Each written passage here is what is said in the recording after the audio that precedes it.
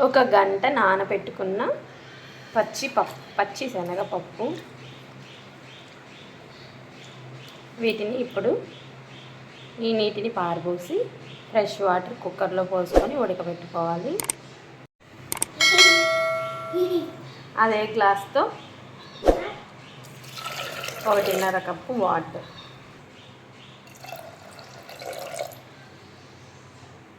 కుక్కర్లో మూత పెట్టుకొని 3 to 4 విజిల్స్ వచ్చే వరకు ఉడకపెట్టాలి.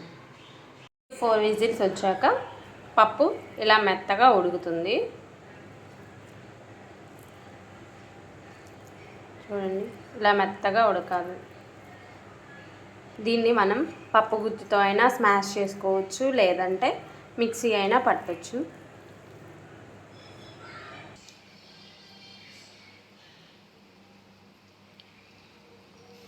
½ kg బెల్లం తీసుకున్నాము. ఈ బెల్లాన్ని బాగా కరగనివ్వాలి.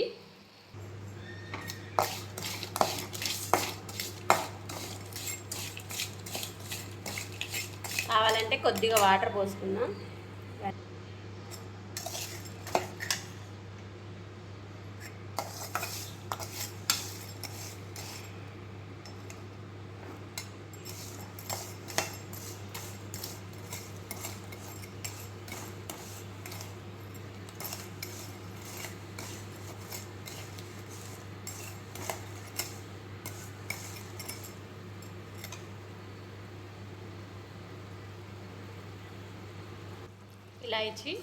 ఇలాయచీ కూడా వేసేసాను.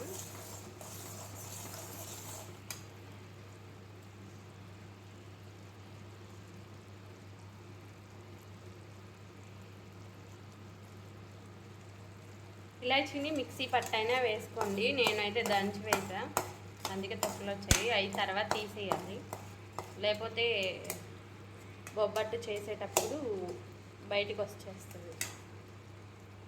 ముందుగా ఇలా వచ్చింది కదా పాకం, ముందుగా రెడీ చేసి పెట్టుకున్న పప్పుని దీంట్లో కలిపేద్దాం. వేసేసాం కదా, దీన్ని ఇప్పుడు సిమ్లో పెట్టుకొని బాగా కలదిప్పాలి.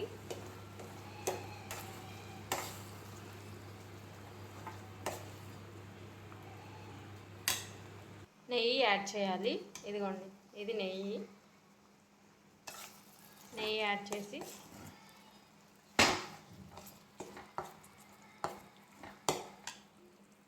ఇలా బాగా దగ్గర పడే వరకు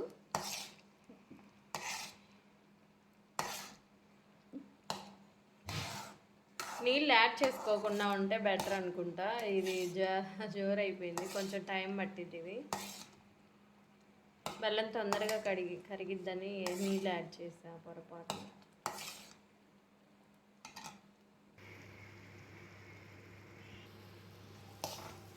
ఇలా దగ్గరగా వచ్చే వరకు ఉంచి వేరే గిన్నెలోకి షిఫ్ట్ చేయాలి. ఇలా షిఫ్ట్ చేసి చల్లారే వరకు ఉంచుదాము.